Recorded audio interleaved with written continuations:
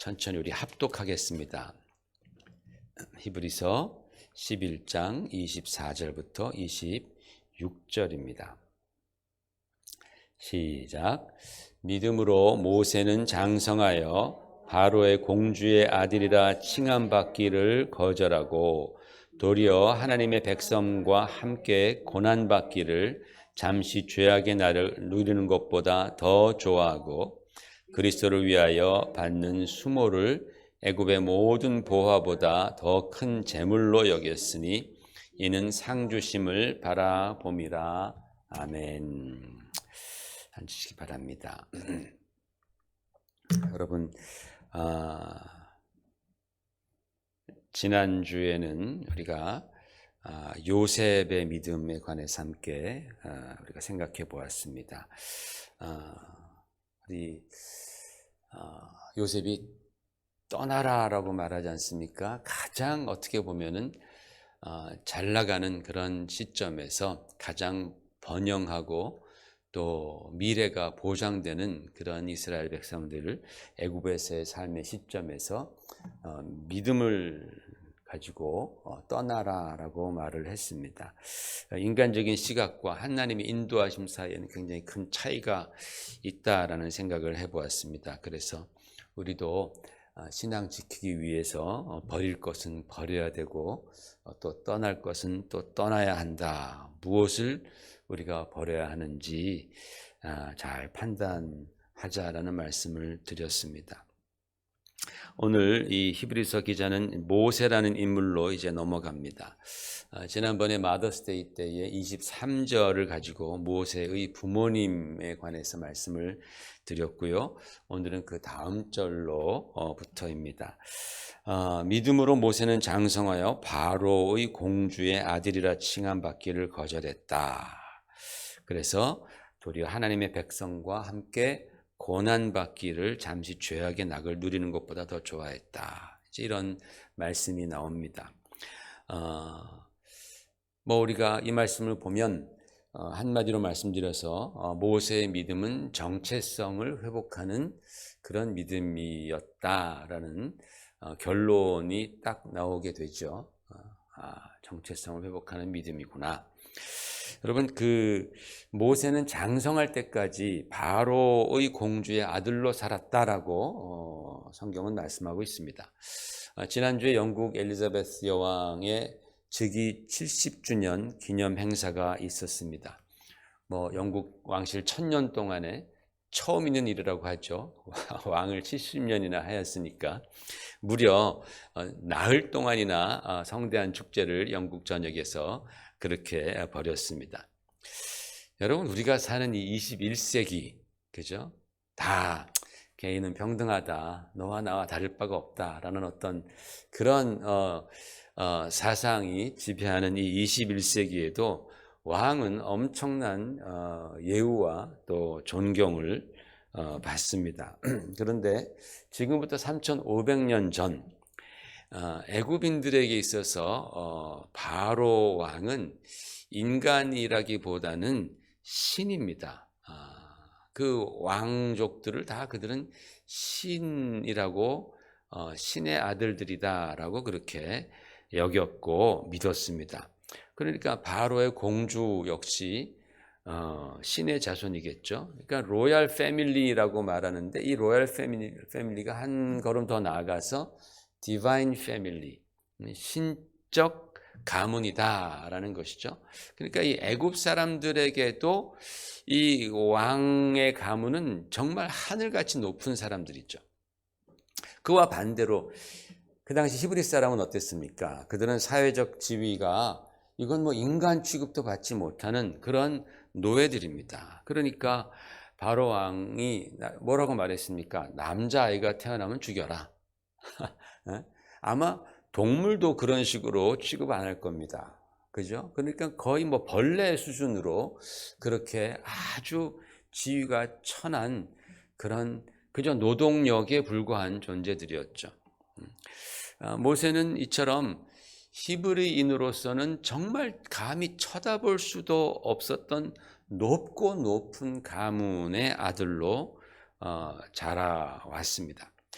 우리가 흔히 이런 얘기를 하지 않습니까? 모세는 참 이 하나님의 역사로 말미암아 유모로 고용된 자기 친어머니의 품 안에서 자라면서 자신이 히브리인이다라는 철저한 어떤 신앙의 정체성 교육을 받았다라는 그런 얘기들을 하지만은, 그러나 현실적으로 볼 때 그럴 확률은 거의 제로에 가깝습니다.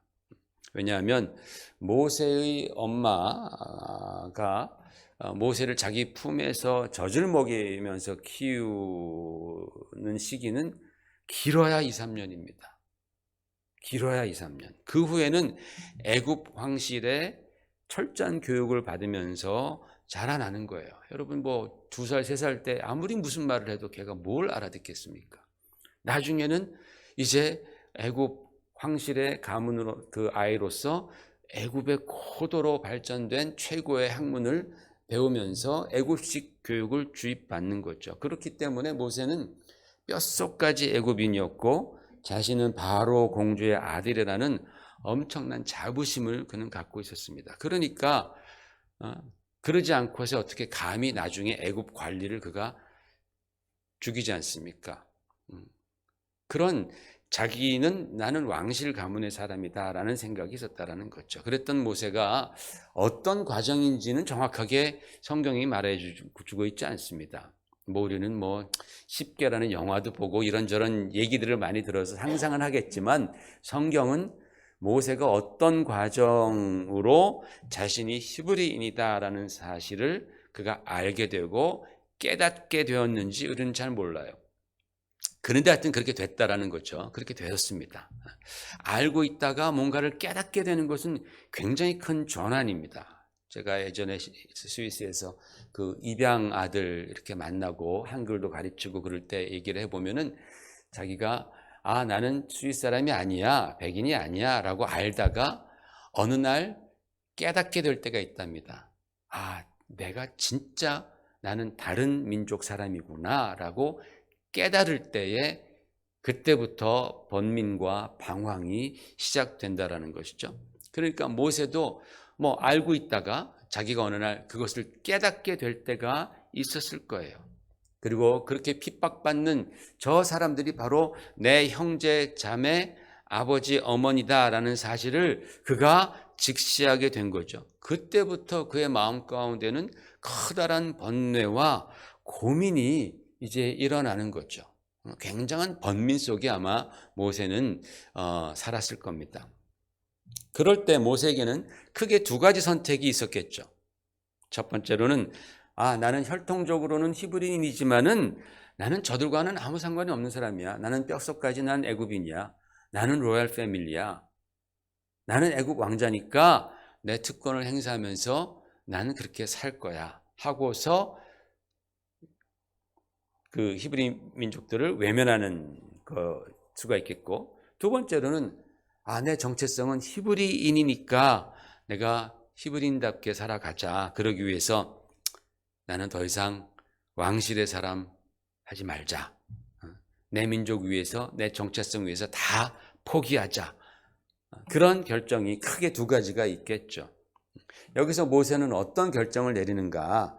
결론적으로 보면 오늘 말씀한 그 결론적으로 보면 이 모세는 히브리인으로서의 정체성을 지키기로 하는 겁니다. 그래서 우리는 이 모세의 결단에 감동하고 신앙적인 교훈을 삼으려고 우리는 그렇게 생각을 하죠.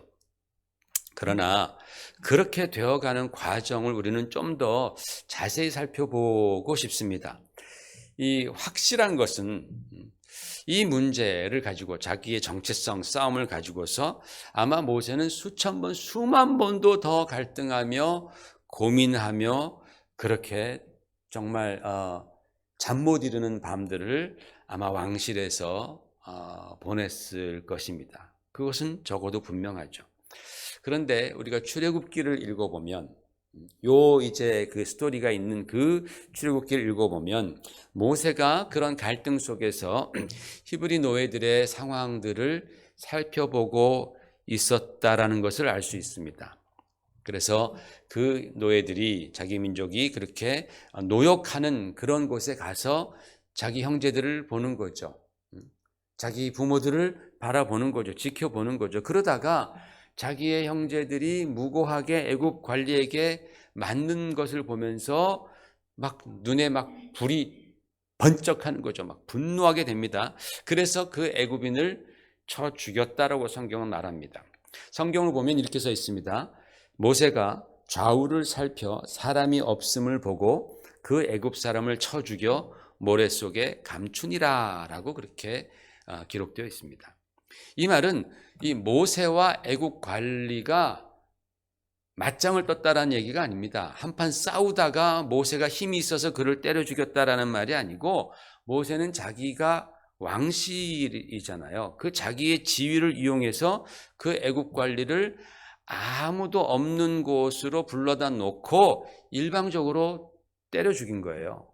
그 정도 파워는 있잖아요. 그죠? 그 애굽 관리가 모세 딱 보면 벌써 하고 다니는 게 다른데 차렷 부동자세 할 것 아닙니까? 근데 그걸 갖다가 이렇게 쳐 죽인 겁니다.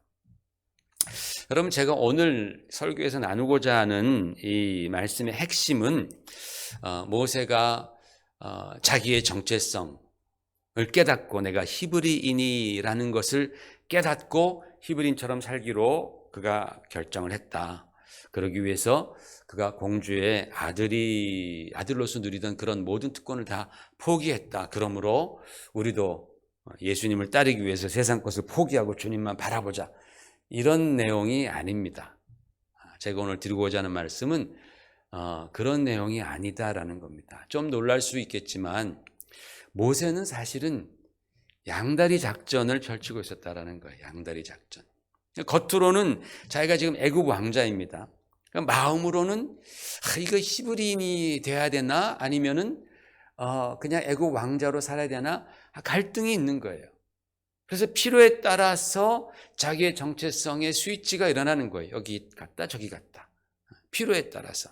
왜냐하면 아마 이렇게 생각했을 겁니다. 자기 민족을 돕기 위해서는 자신에게 주어진 이 애국 왕실의 파워가 필요하다라고 생각했을 거예요. 그리고 그렇게 하려면 이 좋은 지위를 절대 떠나지 말아야 한다. 내가 이 지위에 있으면서 우리 민족을 좀 도와야지, 그런 생각을 했을 겁니다. 그래서 그는 가끔씩 자기 형제들이 고생하는 그러한 노역장에 그가 가서 살폈던 것이죠. 그런데 여러분, 이렇게 정체성의 스위치, 내 필요에 따라서 이렇게도 됐다 저렇게도 됐다 하는 그런 식으로 살아가는 기독교인들도 꽤 있지 않습니까? 세상에 살기 때문에 변법이나 부정도 필요하다 라고 생각하는 사람들이 많이 있습니다. 근데 어떤 때는 세상 사람들보다 더 그런단 말이죠. 더 부정을 하고 더 편법을 하면서도 아주 더 떳떳한 경우도 많습니다. 그러면서도 마음속으로는 난 주님의 자녀다. 내가 마음만으로는 절대 내가 우리 주님을 배신하지 않는다. 그래서 교회도 열심히 나오고 또 정기적으로 회개도 하고 그럽니다. 그러나 한 발은 세상에, 한 발은 교회에, 한 발은 세상적 가치관에, 한 발은 성경적 가치관에, 그렇게 놓고 살면서 그래도 구원받는 데는 아무런 지장이 없겠지 라는 생각을 갖는 거죠. 여러분, 우리가 요즘에 팬데믹을 거치면서 이런 신앙 스타일이 점점 더 많아지는 것 같아서 좀 우려가 되고 안타깝습니다. 근데 여러분, 우리 하나님은 어떻습니까? 그 양다리 걸치는 것을 좋아하시는 분입니까? 하나님은 그렇지 않습니다. 하나님은 우리가 양다리 걸치는 것을 싫어하십니다.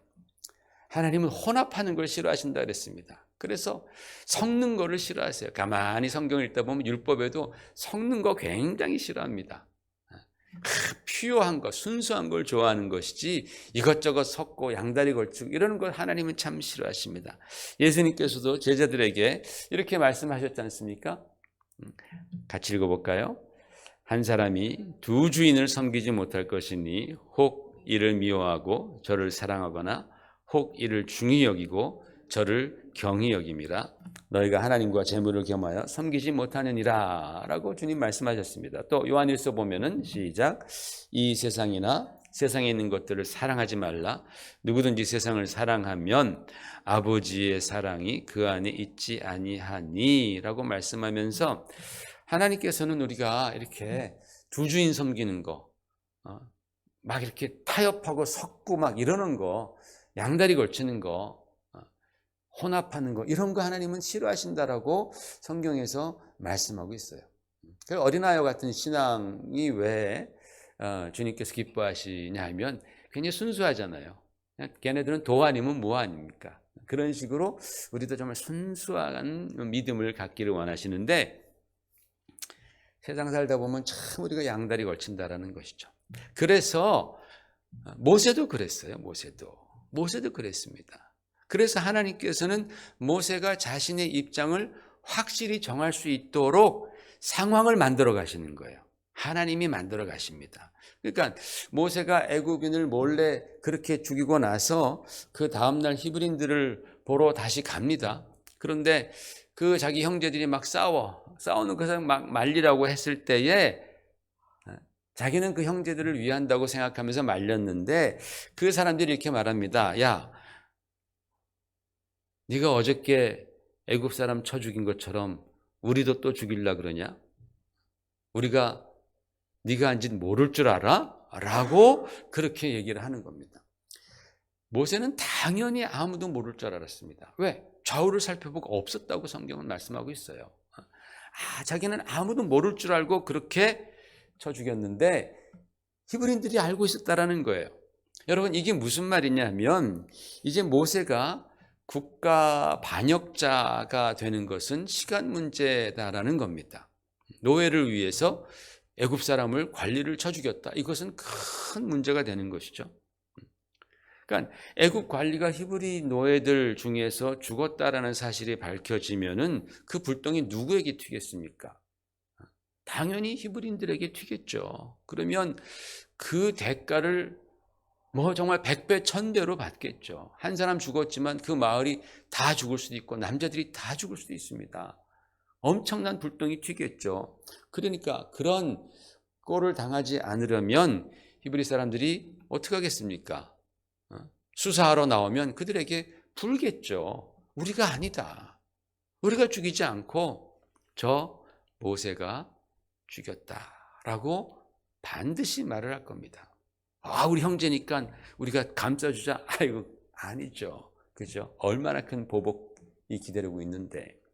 그렇게 말을 하게 될 것이 뻔하기 때문에 모세는 이제는 틀렸다라고 도망을 갑니다.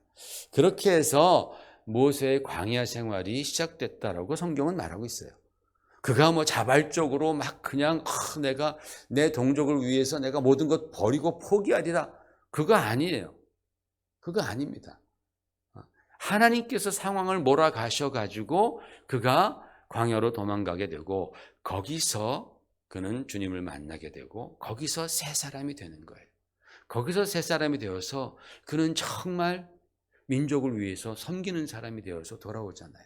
그렇죠? 더 이상 그런 애굽의 그런 그 보화 재물 이런 거 그가 예전에는 그거를 참 귀하게 여겼지만 이제는 그거 다 초계와같이 여기고 그는 오직 주님의 명령만을 위해서 목숨 바치려고 돌아오는 새 사람이 되었다라는 거예요. 여러분, 이 말씀을 통해서 우리가 배울 것이 무엇인가라는 생각을 좀 했습니다. 모세만큼만이라도 하자라는 겁니다. 여러분, 이게 무슨 뜻이냐면 이 묵상을 하면서 이 말씀을 준비하고 묵상하면서 이런 생각을 했습니다. 우리 주님께서는 우리들에게 뭔가 대단한 것을 요구하시는 것은 아니구나라는 생각을 해보았습니다. 왜냐하면 여러분, 우리가 믿음 생활, 신앙 생활하면 처음부터 막 너무나 엄청나게 크게 생각해서 때로는 엄두가 나지 않는 그런 경우가 많이 있지 않습니까? 우리가 항상 듣는 것이 예를 들어서 자기 십자가를 지고 나를 따를지니라 라는 주님의 말씀. 이거 죽으라는 얘기입니다. 죽으라는 얘기인데 우리가 사실 아멘, 아멘 하지만은 엄두가 나지 않잖아요, 사실은. 자기가 정말 자기 십자가 철저히 지고 따라가는 그런 기독교인들이 사실은 얼마나 되겠습니까? 그런데 그런 말씀을 들으면 물론 그 말씀은 주님의 말씀이니까 선포해야죠. 그 말씀을 우리는 들어야죠. 그러면서 우리가 아멘 아멘 하지만 참 나의 그 입술과 나의 생각과 나의 마음과 나의 삶 사이에 괴리가 너무나 많이 보이는 거예요. 여러분은 안 그래요? 내가 그래야지, 내가 아멘, 저게 진리다라고 내가 고백하고 받아들이는 것과 나의 삶과 얼마나 괴리가 많냐라는 거예요. 차이가 많잖아요. 그래서 우리는 힘들어하잖아요. 그러다가 나중에는 힘들어하지도 않아. 그냥 그러려니 한단 말이죠. 근데 여러분, 모세가 한 일은 뭐냐? 자신이 갖고 있던 이 두 정체성 사이에서 그가 갈등했다라는 겁니다. 갈등했다. 여러분, 우리가 성도로서 우리 역시 이 세상에서 크리스찬, 하나님의 자녀라는 정체성을 가지고 살아가는데 자꾸만 세상과 부딪히잖아요. 그럴 때 우리는 갈등해야 된다라는 거예요. 갈등. 우리가 여러분 그건 할 수 있잖아요. 그죠? 갈등 좀 하자라는 거예요. 내가 정말 크리스찬으로서 내가 여기까지 가야 되는지 아니면 그 선을 넘어도 되는지 우리는 그동안 너무나 어떻게 보면 그냥 입으로는 예스 예스 하면서 삶은 그와 정반대인 어떤 그런 삶을 살아가면서 이제는 더 이상 갈등도 하지 않아요. 그렇죠? 근데 모세는 갈등했다라는 거죠. 우리도 갈등하면서 살아야 한다. 내가 과연 지금 이 하는 생각이, 하는 말이, 하는 행동이 내가 크리스찬으로서 이게 맞는 생각인가? 에이 몰라, 그냥 내 성격대로 할 거야. 이렇게 생각하면 그냥 갈등이고 뭐가 없죠. 그런데 내 성격이라든지 이런 거 다 정말 잡아 묶어놓고 갈등해 보는 거예요. 야, 내가 이래도 되는가? 정말 주님이 좋아하실까? 기뻐하실까? 성찰해 보자라는 겁니다.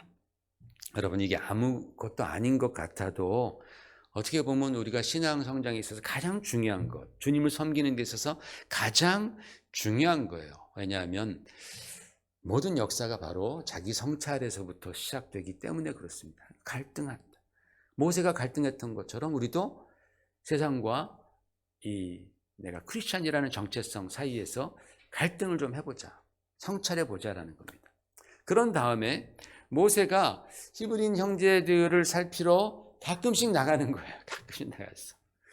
뭐 큰 거 뭐 했는지 잘 모르겠어. 성경은 어쨌든 기록이 없어요. 뭐 그가 히브리 사람들을 위해서 무슨 신문고 제도를 설치했다거나 아니면은 뭐 병원을 지어줬다거나 뭐 이런 거 하나도 없습니다. 그냥 가끔씩 보러 나갔던 거예요. 그가 그 당시에 자신의 위치에서 할 수 있었던 것이다라고 저는 생각을 합니다. 그러니까 여러분, 우리도 현 시점에서 볼 때 내가 크리스찬으로서 할 수 있는 것이 있다면, 아까 갈등하면서 내가 크리스찬으로서 이것은 해야 되겠다라는 것이 있다면 그것을 하자라는 거예요. 절대로 내 거 다 포기하고 주님을 따라라. 너희 십자가 지고 주님을 따라라. 이런 말씀이 아니다라는 거예요. 우리가 성자가 아니고서야 어떻게 내가 다 포기하겠습니까? 가족이 있고 자녀가 있고 요즘 같아서는 진짜 노인 80세 90세 그런 삶인데 옛날처럼 50이면 죽고 그냥 40에도 죽고 또 가족도 없이 성자들 막 혼자 살잖아요. 그런 사람들은 다 포기할 수 있겠지만 그게 성경적인 모습은 아니잖아요. 일반적인 그런 신앙의 모습은 아니잖아요. 그러니까 우리가 어떻게 다 포기하겠냐라는 겁니다. 그러나 그렇다고 해서 아무것도 포기하지 않고 주님을 위해서 아무것도 하지 않는다면 이건 또 큰일 아니겠어요? 내가 주를 위해서 다 포기할 수는 없지만 하나도 포기하지 않는다면 그것은 과연 신앙인인가? 라는 퀘스천을 우리가 하지 않을 수 없다라는 겁니다. 그래서 여러분 신앙생활 하면서 기도하시면서 말씀 읽으면서 주님께서 여러분에게 뭔가를 분명히 요구하는 그런 느낌이 온다면 그 결심해야 됩니다. 해야 됩니다. 혹 주님께서 100을 원하시는데 내가 5밖에 못한다 할지라도 그 5이라도 우리는 해야 된다라는 거죠. 아유 5 해서 뭐하랴 하고서 포기하면 그러면 신앙생활 할 수 없어요. 그런데 주님이 지금 나에게 요구하시는 것이 이만큼이라는 건 알지만은 마치 모세가 그랬을 거예요. 내가 이거 마침내는 내 정체성을 따라가야 되는 거 아닌가? 그러나 내가 할 수 있는 건 요만큼밖에 없어. 이만큼에 비해서 현재는 그래. 그 요만큼이라도 하라는 거죠. 요만큼이라도 하는 것. 모세가 가끔씩 말 타고 가가지고 또는 마차 타고 가서 쓱 자기 형제들을 둘러보고 그 마음 아파하고 오는 거, 모세에겐 그거였죠. 그거라도 그가 계속했다라는 거예요. 그게 바로 우리에게 있어서는 겨자씨만한 믿음, 겨자씨만한 믿음의 행동 아니겠느냐라는 것이죠. 그 씨앗이라도 우리가 지켜가야 합니다. 그러면 주님께서 일하시게 된다라는 거예요. 주님께서 일하실 수 있는 여지를 우리가 그 싹을 싹둑 자르지 말고 주께서 일하실 수 있는 그 여지, 그 내 안에 있는 선한 마음, 내 안에서 정말 믿음으로 말미암아 발현되는 정말 그 주님을 섬기고자 하는 그 마음이 조그만 싹이라 할지라도 그것을 지키자라는 거죠. 그러면 주님께서 반드시 역사하실 것입니다. 사도 바울이 이렇게 고백합니다. 이렇게 한번 보십시다. 같이 시작. 그러나 내가 나 된 것은 하나님의 은혜로 된 것이니 그랬어요. 하나님의 은혜로 됐다. 나의 나 된 것이. 그렇잖아요. 하나님의 은혜로 됐다. 또 골로새서 시작. 이를 위하여 나도 내 속에서 능력으로 역사하시는 이의 역사를 따라 힘을 다하여 수고하였노라 그랬어요. 사도 바울이 고백하는 건 뭡니까? 강조하는 것은 내 힘이 아니라 내 안에서 역사하시는 주님의 능력이다. 하나님의 은혜다. 성령의 역사다. 내 안에서 그분이 일하셨기 때문에 지금 내가 이렇게 된 것이다 라고 고백하는 것 아니겠어요? 주님께서 일하셨다라는 것을 사도 바울은 강조하고 있는 것입니다. 바로 오늘 우리가 이 모세의 믿음을 통해서 배워야 할 믿음이 바로 그것이다라는 거예요. 그러기 위해서 우리는 첫 번째로 정말 진정으로 갈등하자라는 거예요. 내가 크리스찬으로서 하나님의 자녀로서 그냥 지금까지 해왔던 대로 판에 박힌 그런 모습이 아니라 정말로 내가 하나님의 자녀고 하나님의 은혜 받았는데 예수님이 나의 구주이신데 주님은 이렇게 말씀하시는데 정말 좀 갈등해보자. 어떤 일들을 우리가 이렇게 만날 때 그런 상황 속에서 맨날 갈등만 고민만 하라는 말씀이 아니고 우리가 그런 상황들이 오잖아요. 그럴 때 우리가 한번 정말 갈등해보자. 그리고 내 정체성의 끈을 놓지 말자. 포기하지 말자라는 것이죠. 하나라도 내가 붙들고 있자. 조그만 것이라도 내가 그것을 붙들고 있자. 그것이 어떻게 보면 여러분 우리에게 있어서는 정말 복음이 될 수 있고 어떻게 보면 그것이 나에게 구원의 끈이 될 수 있는 거예요. 구원의 확신이 될 수 있는 것 아니겠습니까? 그것마저도 우리가 놔버린다면은 나에게 어떤 구원의 확신이 오겠습니까? 나에게 어떤 정말 그 복음의 기쁨이, 신앙의 기쁨이 오겠습니까? 그러니까 조금이라도 나의 정체성에 합당한 그 행동들을 시작하고 이어갈 수 있으면 이어가자라는 거예요. 모세가 그랬어요. 모세가 절대로 내가 다 포기하고 내가 주를 따르리라 이거 안 했습니다. 하나님이 만들어 가시는 거였었어요. 만일 저와 여러분 가운데에 정말 그런 믿음의 진정성이 있다면 우리가 생각하는 것보다 우리는 훨씬 더 큰 열매를 맺을 수 있습니다. 왜냐? 바로 성령께서 우리 안에서 일하시기 때문에 그런 거예요. 바로 그것이 오늘 우리 모세의 믿음을 통해서 우리가 배우고 또 나아가야 할 그런 방향이라고 생각합니다. 우리 같이 기도하겠습니다.